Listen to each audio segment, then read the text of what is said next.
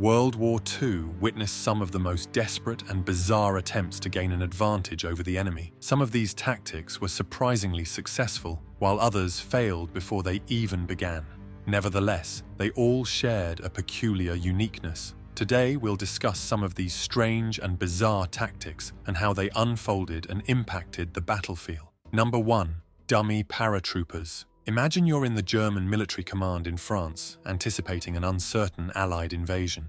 Suddenly, after an unprecedented intense bombardment, you receive reports that large paratrooper forces have landed behind and in front of your lines. Gunfire and explosions are heard. However, a bizarre report soon arrives. Soldiers report that hundreds of paratroopers seen jumping from planes are actually dummies. Yet, gunfire comes from all directions, and the first casualties are reported. While you try to understand what is happening, the real invasion is taking place elsewhere.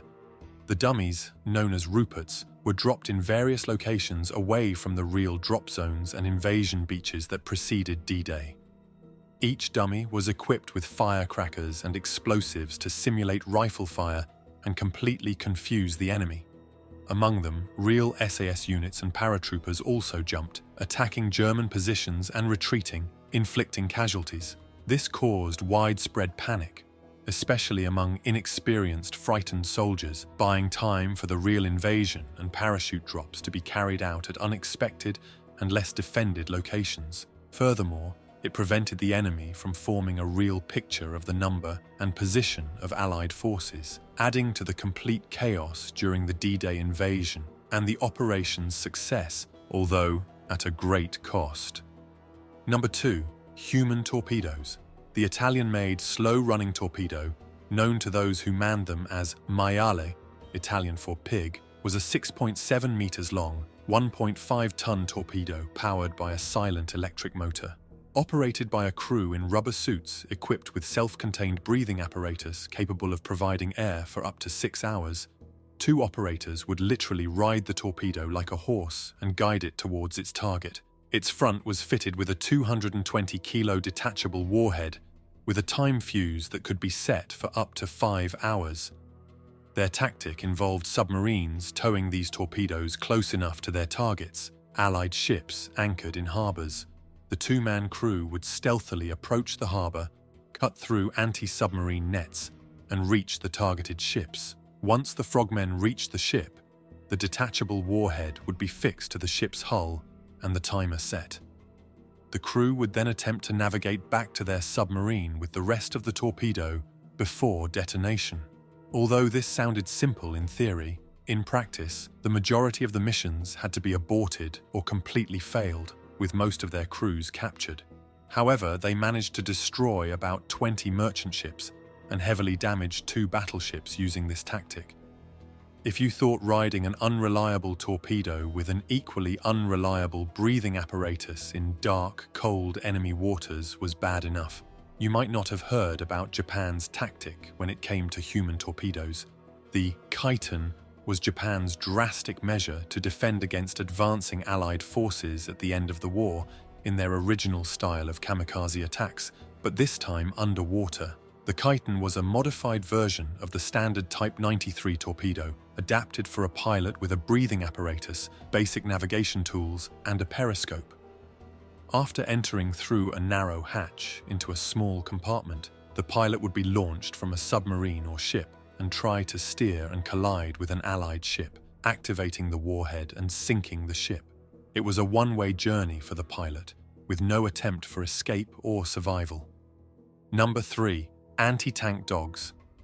Although most countries experimented with dogs during World War II and sought ways to employ man's best friend in destroying the enemy, it was the Soviets who took this to a new level. In desperate need to counter Axis armor on the Eastern Front, the Red Army trained dogs to carry explosives to enemy tanks. Initially, dogs were trained to leave a timer-detonated bomb and retreat. However, this complicated strategy quickly took a dark turn.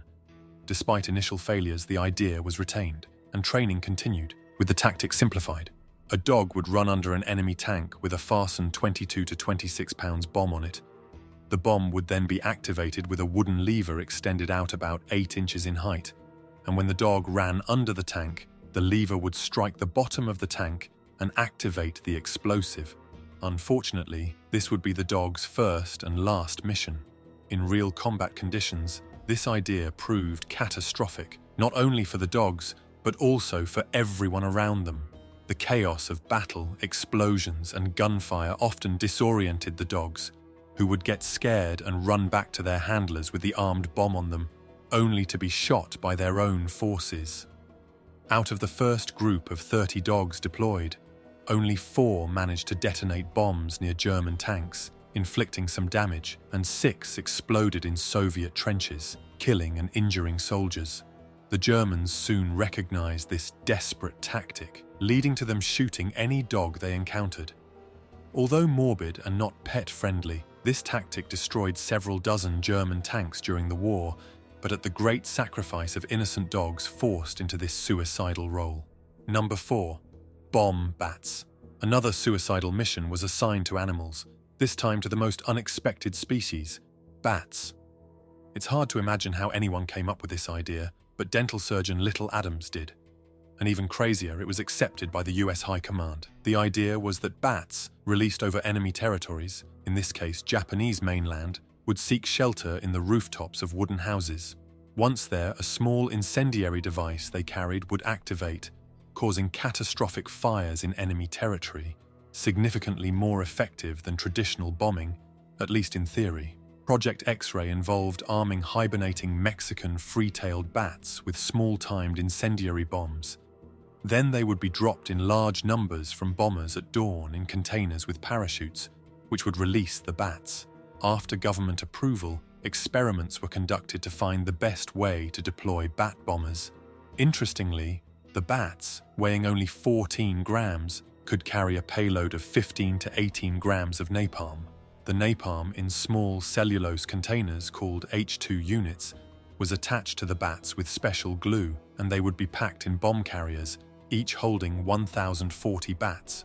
Fortunately for the bats, this project was terminated after 2 atomic bombs ended the war. However, during an incident in testings at Carlsbad Army Airfield Base, accidentally released armed bats managed to roost under a fuel tank and burn down the test range after their napalm bombs were activated, showing that indeed this tactic could function. Number 5. Operation Mincemeat. As the Allied forces prepared for their next major assault following the successful North African campaign, they were thinking about how to mislead the Germans about their true intentions. The obvious next target for the Allies was Sicily, given its strategic position in the Mediterranean. However, British intelligence knew that a direct assault on Sicily would be heavily anticipated by the Axis powers. Thus, they devised a cunning plan to divert German attention and resources elsewhere. For this task, the body of a homeless man named Glyndor Michael, who had tragically died after ingesting rat poison, was used by British intelligence. Michael was transformed into Major William Martin of the Royal Marines, a fictitious officer with a meticulously crafted backstory. His new identity was so thoroughly developed that it included personal letters, a photograph of a fiancée, a bank account with a small overdraft, and even receipts for shirts from a tailor. The intention was to make this invented persona as believable as possible, should the Germans attempt to verify his identity. The body, dressed in a Royal Marines uniform, was carefully stored in a frozen state and later transported in a special container by a British submarine to the coast of Spain. The plan was to release the body near a coast where the German spy network was active.